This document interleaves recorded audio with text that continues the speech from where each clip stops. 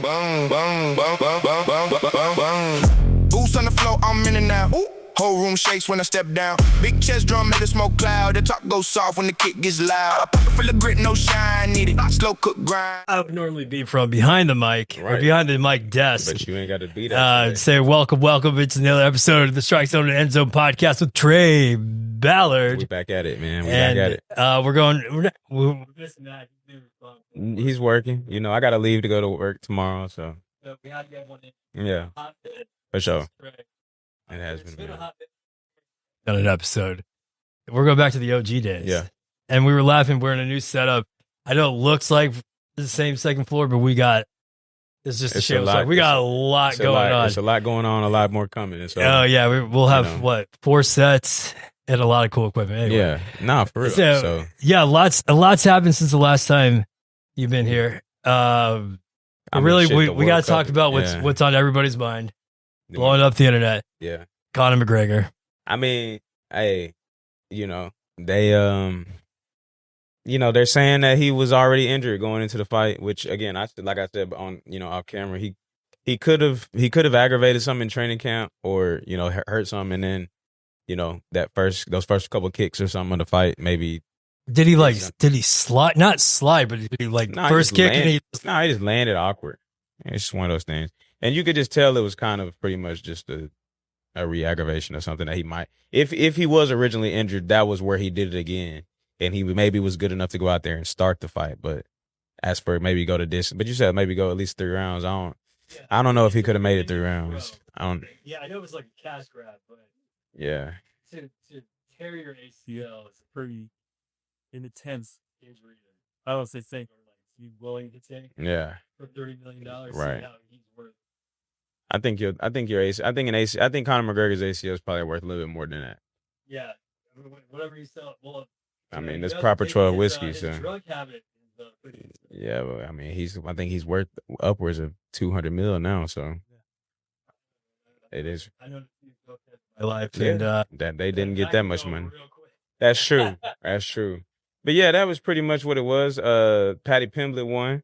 Went out there and submitted Benoit St. Denis, so that was cool. Pretty much, we watched most of the fights. We were at a wedding, obviously, as you were too. So my dad, congratulations, Dino and Trish. My family got a little bit bigger. And congrats to my boy Austin Sheehan and Mary Michael Sheehan. Now, yeah, Colorado you know what Springs. I mean. And also shout out to Claire and Montana. That's whose wedding Zoe was at this weekend. So we was weddings galore this past weekend. How many people do you know from the Midwest? You like Iowa? You talked about? I mean, Colorado's not Midwest. Well, my homie Sheehan's from Texas, but I think Mary Michael's family's from out that direction. Have you heard about that theory that North Dakota is not in the state? How many people do you know from North Dakota? I actually know one person from North Dakota. That's kind of like a joke. I know I actually know one person from North Dakota, but yeah. So I guess the internet blew up North Dakota. That's which is South actually Dakota or whatever. Either I mean, well, North. I actually know one person from North Dakota. Well, there's probably maybe 10 people that live in that state. Maybe. That was one of the ones or one of the 10. What was it? Or that reminds me of the Chris Rock joke. He's like, there's only 2 black people that live in Minneapolis. Yeah, it's Prince and Kirby Puckett. Mm-hmm. Yeah, and you could even say 30, and it'd be all the athletes. Yeah. When I was up there, I didn't see any non-athlete black people for the most part. Oh, really? Yeah, when I was in Minneapolis, yeah. For sure. I mean, yeah, because I bet you that. I mean, with anybody. Hey, what do you want? Like when OJ went to Buffalo, he's like, no, too cold. I mean, you think about it, bro. Like Minneapolis didn't get to host any World Cup games. Buffalo didn't.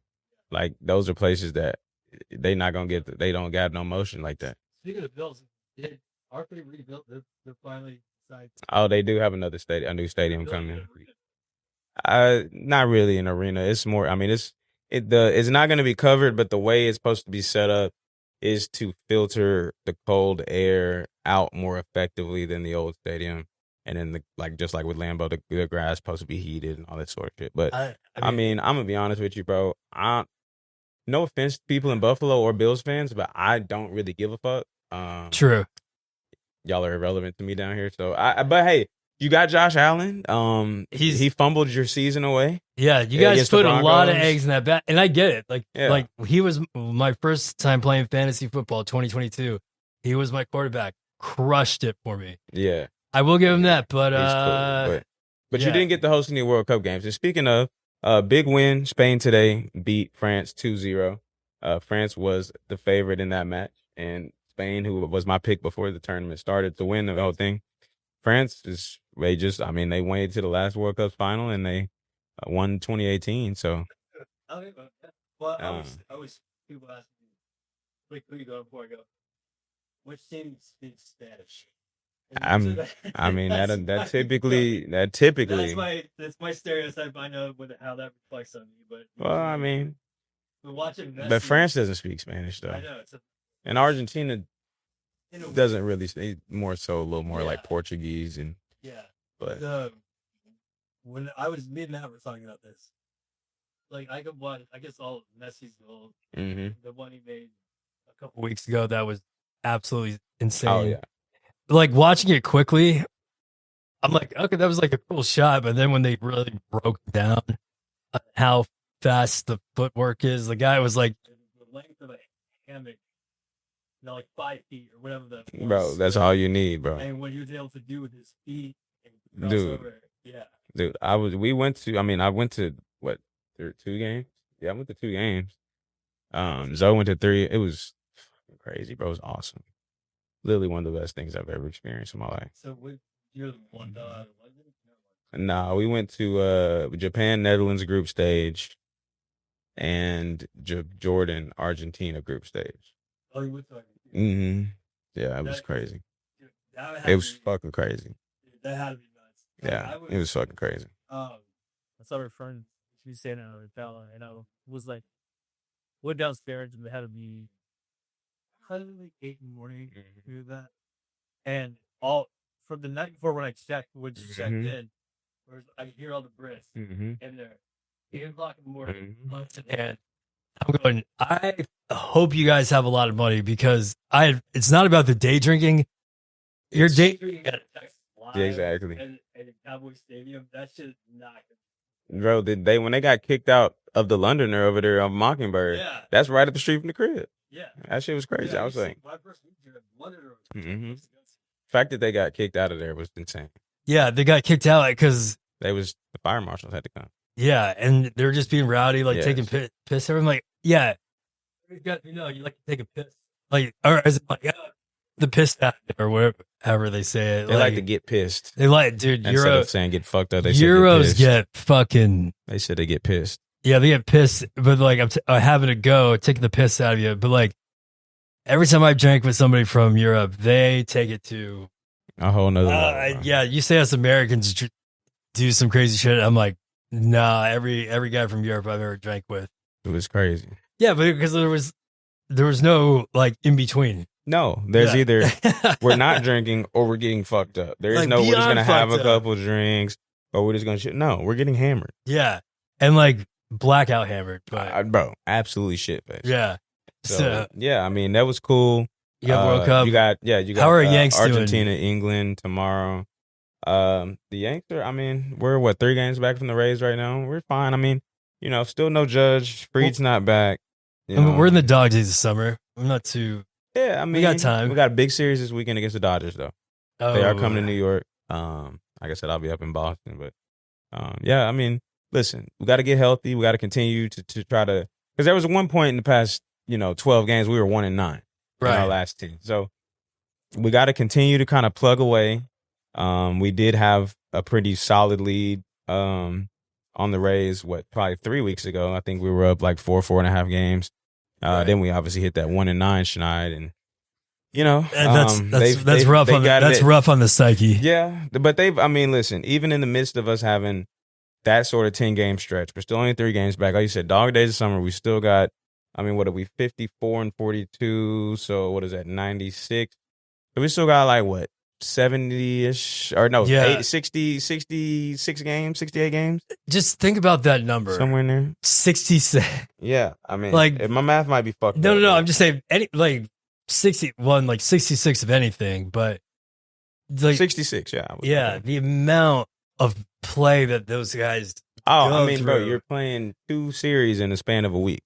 Yeah, I mean, you're playing Even a if- team 3 games, Monday, Tuesday, Wednesday, travel day, Thursday, Friday, Saturday, Sunday. Some days you're even getting a Thursday to Sunday. Yeah. Then your travel day's Monday, and you still got to play Tuesday, Wednesday, Yeah. Thursday again. That's what I was. You know what I mean? When I was watching this, I think it's on YouTube. It's a series that Vice did. Like who was the better athlete, Mike Tyson or Muhammad Ali? What's his name? What's the dude from Japan on the Dodgers? Shohei Ohtani? Yeah, Yeah. him versus Babe Ruth. Yeah.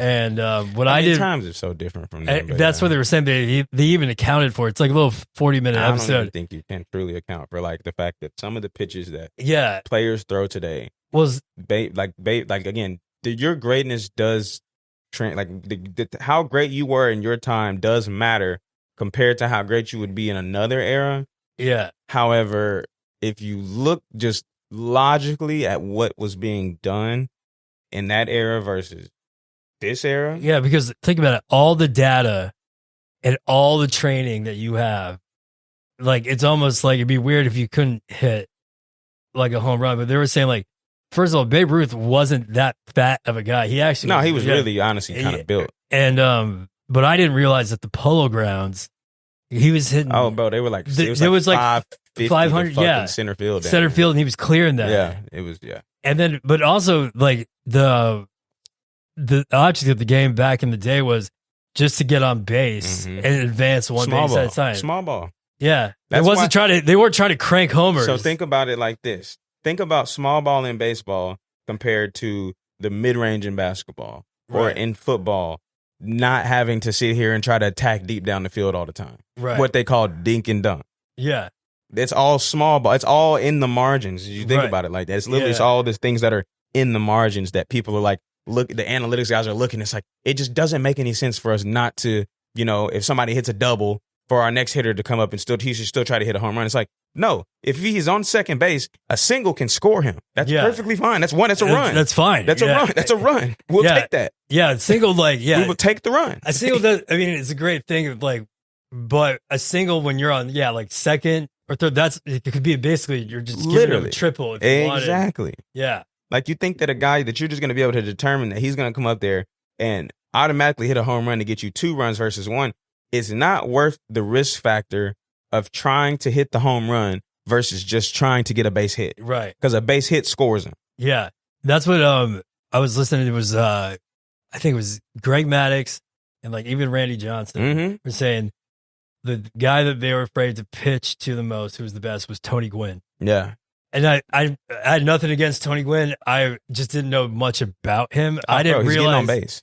Yeah, they were like at batting practice. I guess I forget what they call it, but it's like going around the horn. He'll hit one shallow left. Yes, he can. He'll hit it. He could. If you're right-handed, yes. If you're right-handed, you can hit it to left. You can hit it to left center. You can hit it to center. You can hit the right center. You can hit it to right, and all do it on without having you can control where you're hitting the ball. That's it. And then during the game, to going like, hey, you need to hit a double, and he'll know where I need to hit the ball. Yeah, and that split second, I just never thought he's like, oh, your right fielder is not very fast going towards center, so and he knew I need to hit it somewhere where he's gonna have to cover a lot of ground. and where to stand in the box and where choke up, choke down.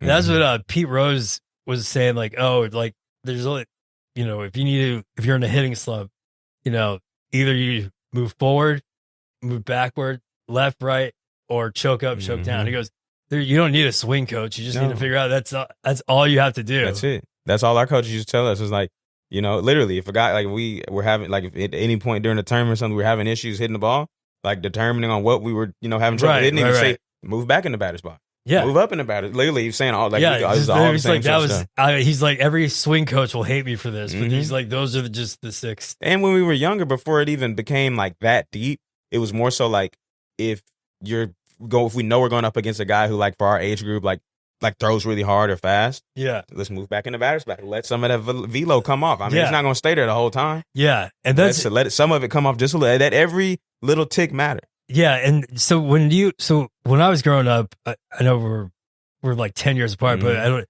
I remember it was T-ball, and then we had machine pitch, Did you guys? Ours was coach pitch versus machine So okay, pitch. so the best part about playing baseball in Texas back in the 90s was after T-ball, you had the machine pitch was, I think it went like 40 miles an hour, something like that. So you knew where the ball was going each time, and it made the game. I don't know. Actually, now that I think about it, to be honest with you, where I played, like where I grew up at, because that was actually ours was we didn't get T-ball, we got coach pitch, then we went to kid pitch, then you eventually just got into high school. Like everything was a person pitching you the ball. Right. Yeah. So I don't know the reasoning, but it was, I guess, from like a parent or like a spectator point, you knew that there was going to be action on the field. I think it was more so like kids could actually like field. Mm-hmm.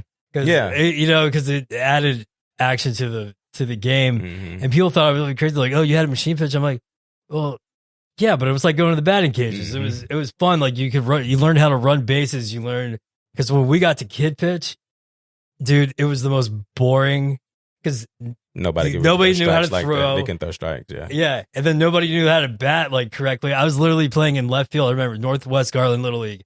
I was in left field because of believe it or not, I could throw. I could do that little like kangaroo hop and throw down third baseline to home. Mm-hmm. That was I don't know why I could do that, but nobody was hitting to left field at that age group at 11 to 12 years old. So I would sit there and throw rocks at the scoreboard because I was. That sounds like pretty. They're like, "Wes, pay attention." I'm like, "What? When are they gonna hit it out here?" I think maybe one time and that sounds like most kids in the outfield. For sure. You get bored. So I understood. Nah, I mean, yeah. I understood. Nah, but yeah, I mean. All-Star game tonight. Yeah. We obviously. Who do you got? AL or NL? I'm rooting for the AL. I got Ruth, my boy Ben Rice representing. Yeah. Cam Schiller is a reserve pitcher, and I'm pretty sure.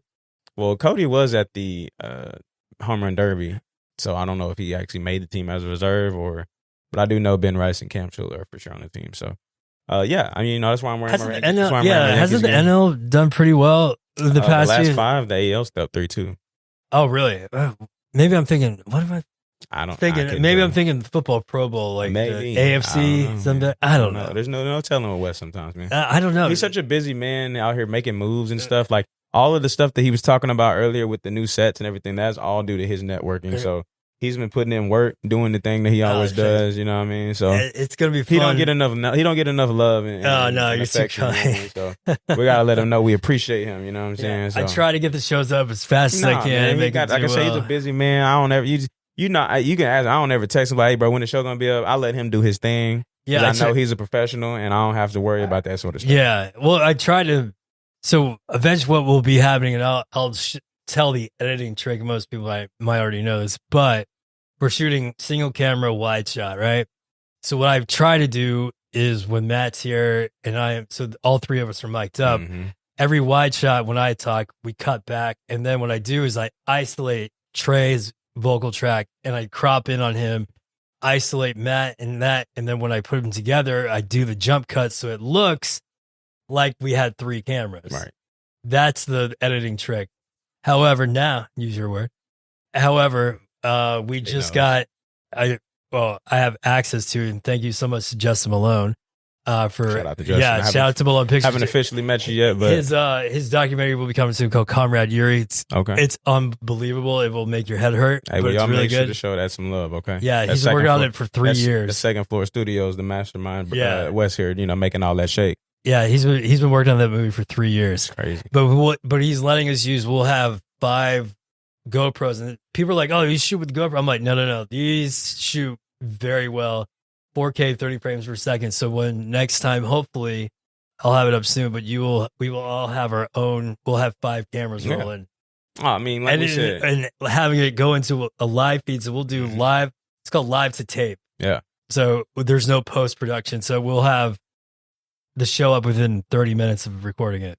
Like we said, man, it's gonna be happening. Wes is doing his thing. I'm never worried about what is going on because he is the consummate professional and he's always doing what he needs to do. So, I mean, that's what I have to admit. I don't want to say I plagiarize you, but when people are talking about sports and I have no idea that's what I want though, bro. You need I go, I'm like, either I'll call you or text you or I'll just take whatever your take is and it makes me sound And like again, I'm not always right, nor do I ever aim. Well, I mean, But you're I aim well to be, informed. Yeah, but I do follow things enough to have an informed opinion for them. 95% of the time. Obviously, again, I can't keep people will joke. Me and my friends will joke. Like I keep up a lot. I do. I don't know 100% of everything about every sport that I'm keeping up. Every person's stat.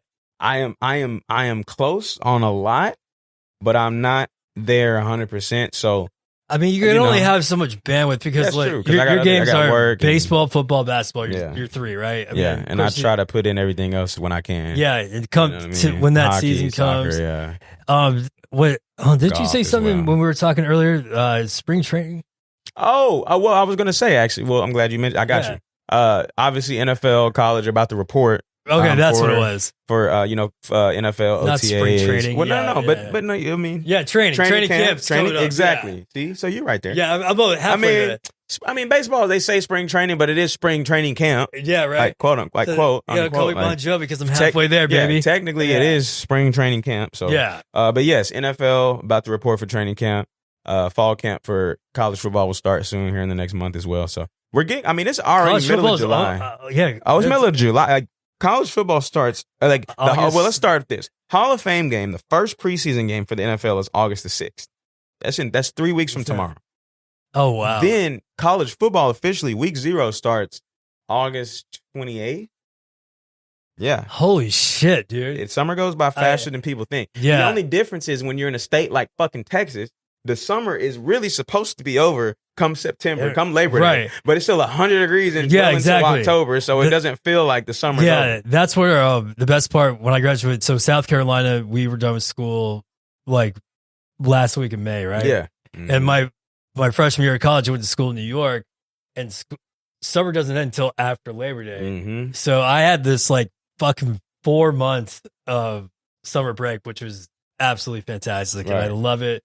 I could imagine if you told me I would still have to be in school in June. Mm-hmm. I'm like, fuck off. No, I can't. Feel like I'm not doing that. No, I'm not doing that. No, it's not happening. But like, yeah, bro, August 29th, college football starts. What's officially. So we have to ask. I mean, I know your hatred or your visceral towards Ohio. I mean, it's not just Ohio. I know, but like that was really just that game for the most part. Just that game. So what's the one you're really within the first 3 weeks? I mean, Ohio State. Ohio State. Ohio State's week 2, but against UT. Yeah.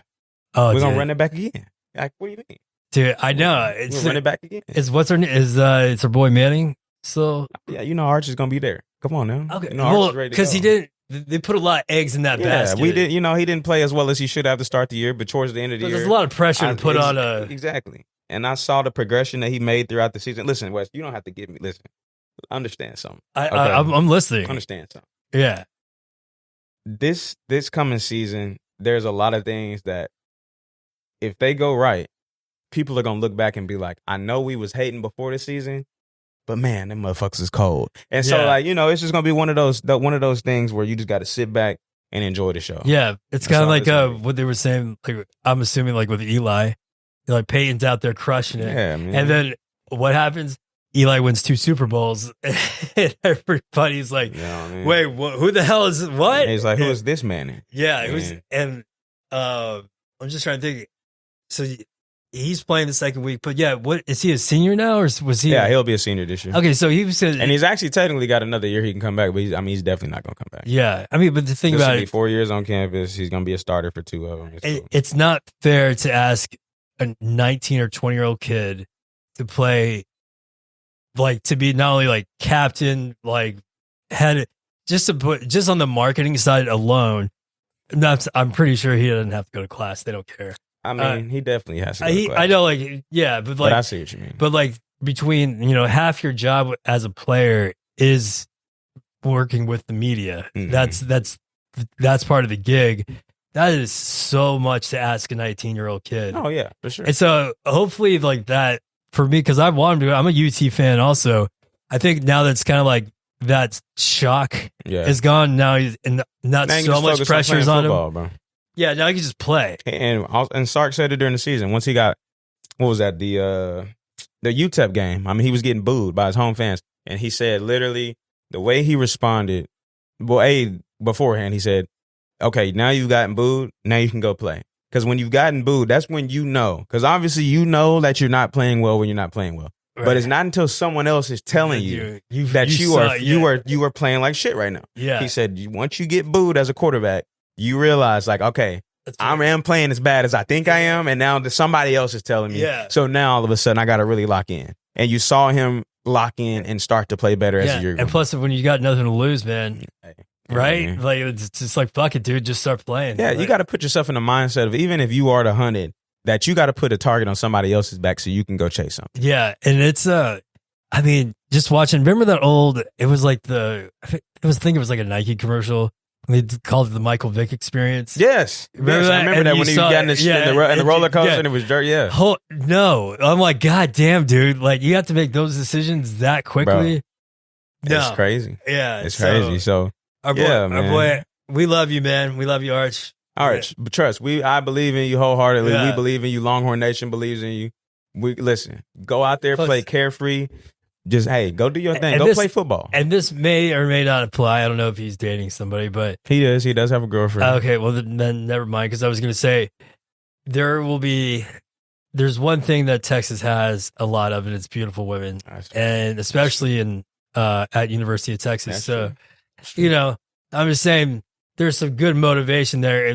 They would be very, God, this may be sexist, but no, they're just groupies. Yeah, you know, that's not sexist. They know they're groupies. Yeah. That's like, you know, I actually respect groupies more than anything. They know exactly what they are. Yeah, like they're not pretending to be something they're not. Dude, there was literally like in the 70s, I forget her name, but she was groupie, and she would, every rock star from like Mick Jagger to whatever, she would take a mold of all their dicks.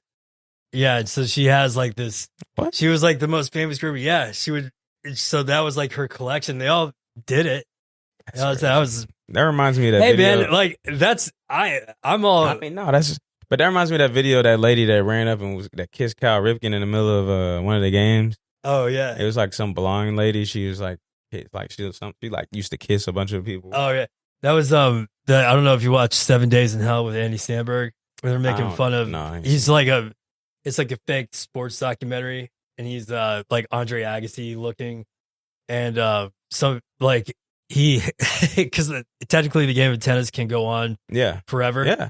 So they were doing it, and this like girl comes up like naked. Like, wasn't there that 10-hour match one time? Yeah, it was something like that. So they're making fun of that. John like, Isner and what's his name? Oh, I forget. But yeah, it was just funny because like a naked chick comes on, so they have sex on the court, and then then a naked dude comes running out, and then they have a threesome on the court. Oh, and Nicholas Mahut, bro, 11 hours and 5 minutes. Just across 3 days, bro. Why? Oh, what's coming up? British Open's next week. Oh, the Open, yeah, for the golf, yeah. Yeah, that's true. That's gonna be a big one, man. So, bro, you got the Open, you got the World Cup third place match on Saturday, you got the championship match on Sunday. We got a lot of sports to watch. And then SEC Media Days will be next week. We will see Sark, Arch Manning, Colin Simmons, and Trevor Gooseby representing Texas at SEC Media Days. I'm excited to hear what questions there are, what they have to say. Obviously, last year did not go how we wanted it to, but you know, as a fan, you've got to kind of take a step back and be reasonable and understand that in a 3-year stretch with 2 college football playoff berths, the third year that you don't make the college football playoff, you still win 10 games. 3 years in a row winning 10 plus games. First time that's happened since 08, 09, and 20, or 07, 08, 09. Like, I think about it, it's been 15 years. 3 years in a row, and don't forget how many games are each. So, you know, it's kind of like 3 years is a lot, but when you think about the game amount and the toll it takes. Yeah, I'm totally. And then you look at the 2 drafts previous to this one, you lose. You had the most guys drafted in the 24 and 25 NFL drafts of anyone in the country. Oh, so they lost like all the. So players. You lose a lot of NFL players, and that is how you win in college, Wes. Is have more NFL players than the other team. Right. And now have more money. That too. But that's how you get those guys who are going to go to the NFL. Yeah. So that's what was the talking about, like when SMU was big in the 80s. Oh, bro, Pony Express. The Pony Express, man. Like, they were just so... They did an article on them a couple years ago, or like... Was it? 3 years... No, it was 3 years ago, whenever NIL... Like, right after... Because NIL kind of became more prominent in 2021 whenever it got passed. It wasn't as regulated and stuff like that, or it's still not regulated now, but it's evolved since then. But it started originally in 2021 where shit, if fucking Beats headphones wanted, if you were a college athlete and they wanted to pay you to advertise for, that was supposed to be what NIL was supposed to be. Okay. But then it turned into this collectives and schools getting a certain amount of money, like a salary cap. The guy who did what's his name for Nike for Jordan, I forget. Sonny Vaccaro. Yeah, because he was the one who was giving colleges like, hey, we can't pay your players, but would you rock the You Nike? wear Nike, yeah. And then all the players wanted to go where whoever had Nikes. Nike. And that was I love Sonny, man. I thought that was how it was supposed to be. It's like whatever brand those glasses are supposed to be able to come to you and say, hey, we want to offer you this contract, this money for wearing these sunglasses. And people started, going crazy with it. And now it looks like it does now. It's still not regulated as it should be. But the fact of the matter is, yes, having more money, quote unquote, does matter. But at the same time, now it's getting closer to a sport or, to like the NFL where you do have to divvy it out correctly. You can't just go and throw it all. You can't. Yeah. You can't do that. Yeah, that won't work for you. Because that's like, I'd be more pissed about, the ridiculous rules of like nobody could buy you lunch. Mm-hmm. That was ridiculous. Yeah, that was dumb. But like, I would say like the big ones for me would be if I played football and I was on a Madden, like my number, my name. Yeah, your name, your like image, I want likeness, some of that. Yeah, you got to get a check for that. Yeah, your name. Yeah. They even could have did it like which I didn't even notice at the time until probably like a year ago when I saw the video, if that long. But Daniel Cormier came out and said that the UFC does they give you a royalties check, but based on how much merchandise you sold.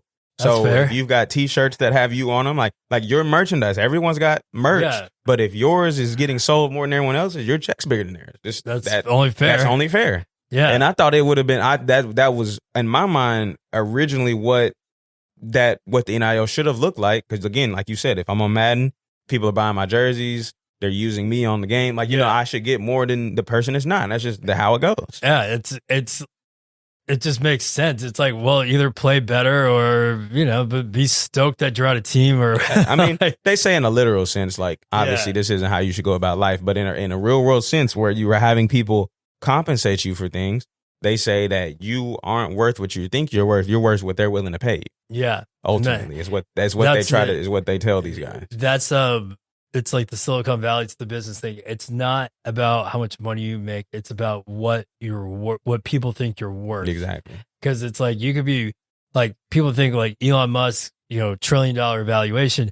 No, people think it's going to be worth $1 trillion. That he doesn't have $1 trillion. Exactly. Yeah, it's they think perception. If he keeps on this trajectory he's been on, it should be that $1 trillion figure. It should get there. But the only thing that pisses me off, have you seen the yellow quote unquote cabs that have been driving around? Yeah, the Tesla. Yeah, the Teslas. The gold disgusting. Tesla. Yeah, that was his homage to the yellow cab. I'm like, first of all, that doesn't even look like any bit yellow. That's like a champagne. They literally pit. look like shit.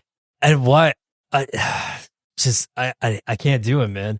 I'm all about the Rivians or the Lucid or those dad just got a Lucid. Yeah. Oh, he did. How awesome are those? Oh, it's fucking crazy, dude. So Adam, who works there, what's up, Adam? We were. It was at one of my dad. Like before his wedding, it was a party like a week before. He had an Audi all electric, right? Oh, I bet that was crazy. My dad's got a Tesla. We're so of course we're like in front of the line. My dad, I told him to put it in a ludicrous mode. Dad's like, no, he wants it. That Audi, all that, holy shit! I think I got up there and went, dude. It got up, it like spanked us. Like my dad wasn't really trying to race him, but when I saw the sheer power, that it got. And I love Audis too. Yeah, that's what I'm all about that shit. Yeah. So anyway, but yeah, so we got a lot coming up this weekend. Yes. And when do you get back from your trip? I get back Saturday. I land at like 7:15 or something like that. Okay. And then I won't leave again until I think Wednesday. I'm supposed to do a different department under my same job description because I have 3 different things I can do. But I'm supposed to be doing a different one, which could change when I leave and come back. Because what I've been doing for the past however long, many months, has been the same consistent Wednesday to Saturday. But this could change. depending on how much help is needed and where. Okay, cool. So maybe I know Matt gets done earlier on Sundays.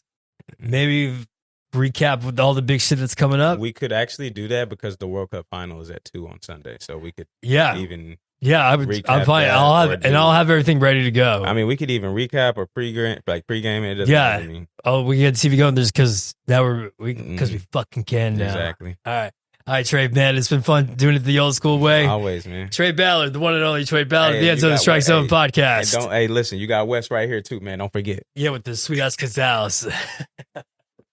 Yes, sir.